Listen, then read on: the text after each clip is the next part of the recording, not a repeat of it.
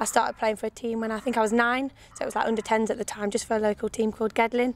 I went through to Notts County Centre of Excellence, but you were also at that age, like you was allowed to play for like Gedlin or Forest at the time, which I then moved on to Forest. So you could play for 2, whereas I know now you're only allowed to play for a Centre of Excellence or a club team. So Super League is a paid league, is it? Like? Yeah.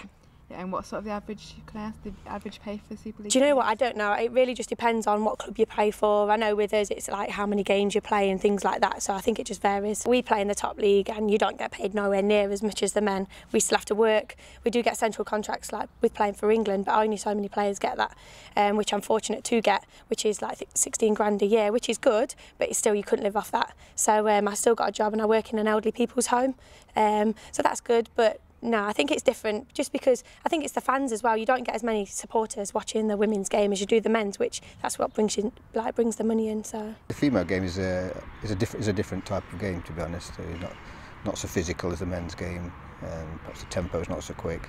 It's a different game, and I don't think it should really be compared. Year by year, I think it's improving, which is brilliant. Like the start of the Super League only pushed like women's football forward. I think a lot more girls are playing it across the country than when I was little, and I'm only 22 now. But I know the girls like older than me, like Casey and Sue Smith, when they were playing, they played with like boys' teams, so to speak. But now I think it's definitely improving, and a lot more girls are playing. And I think the FA will only improve it by putting more money in the future.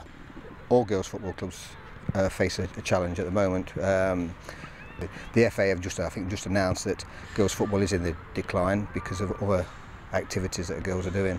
So I think all clubs are got not problems, but got issues with recruiting players and finding enough players to form teams. I think until we get the supporters coming to watch, then the FA really aren't getting any money back. Like the clubs aren't getting any money back. It's all money going in. So it's hard for someone to put money into women's football when they know realistically they're not going to get anything back from it. But at the minute, I just want to carry on with Lincoln. Hopefully this season go on to win things when I'm back playing, and then also with England, I hope to get picked for the Euros, which is next year, and then the Olympics. It's going to be hard this year, but I'll definitely give it my best shot to try and get picked for that.